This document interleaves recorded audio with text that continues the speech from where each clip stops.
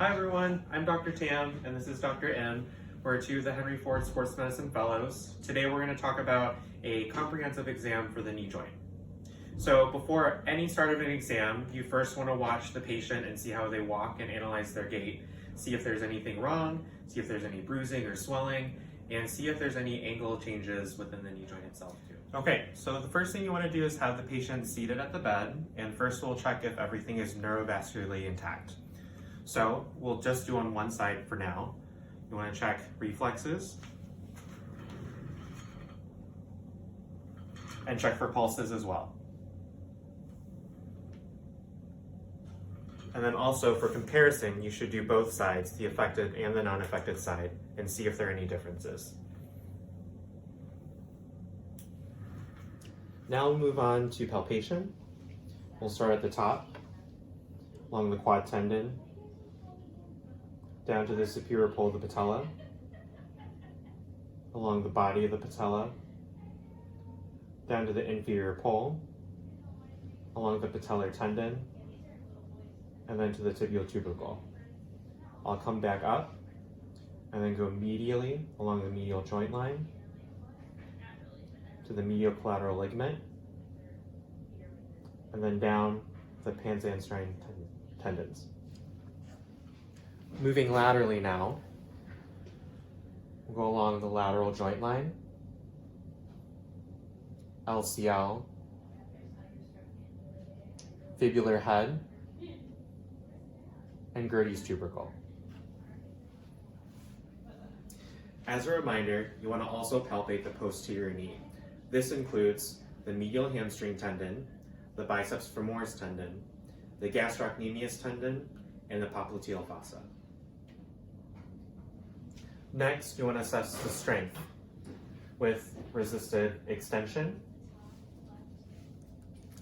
and flexion. Next, we'll test for range of motion.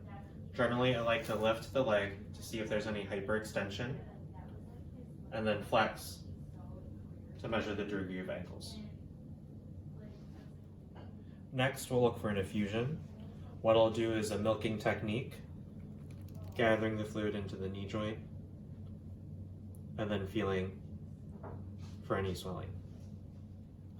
Next, we'll do a patellar apprehension test. I'll take the kneecap and displace it like this.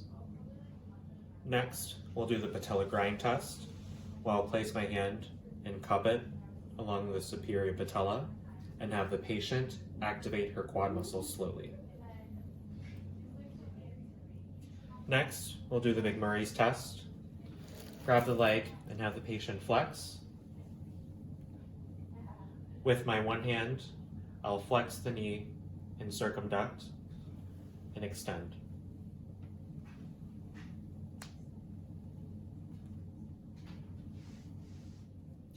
Next, we'll do varus and valgus stress testing. We usually do this test in 2 different degrees of flexion. First at 0 degrees flexion.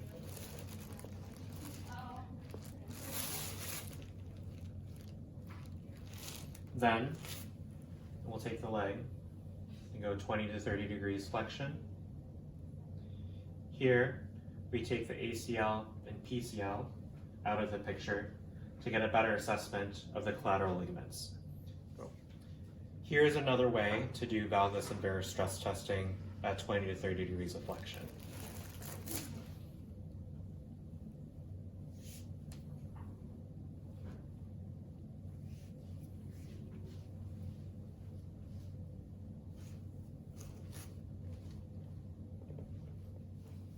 Next, we'll do posterior drawer testing, where I'll have one hand with the thumb placed along the femoral condyle, and the other hand along the tibial tubercle.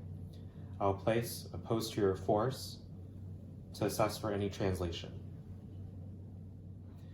Next, we'll do Lachman's test to assess for ACL.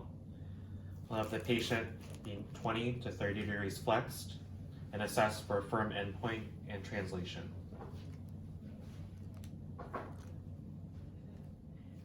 I'm Dr. Jelsum. I'm also one of the sports medicine fellows here at Henry Ford.